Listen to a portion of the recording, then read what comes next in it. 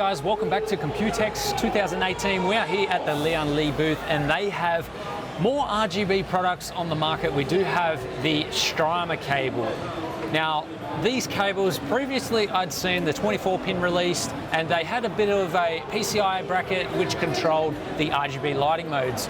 Now here at Computex, they have upgraded this. We have a controller which is SATA powered, so that gives all of these individual streams that RGB goodness. Now we also have the 8-pin connectors for the GPU, so GPU and motherboard 24-pin cables, all RGB.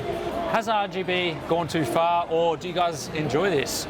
If there is an option to set one individual color, is that something that you guys would prefer? Or do you prefer to have everything just RGB through the system? Let's actually see these cables in use in one of the custom PCs that they have on the booth. So as you can see here, we do have a set of the 24-pin, actually in action in a custom water-cooled PC, surrounded by some RGB fans. It does blend in quite nicely, especially if you are after that RGB look. But if you're after that more cleaner look, can we get a bit of software maybe to dull that RGB down, set it as one color? I'm sure Lian Li will come out with all of that in the future. There is plenty of light modes though with the controller, so let us know down in the comments below what you guys think of these RGB cables. Hope you all enjoyed the coverage of the Lian Li Strimmer cables, and we'll see you guys for some more Computex coverage.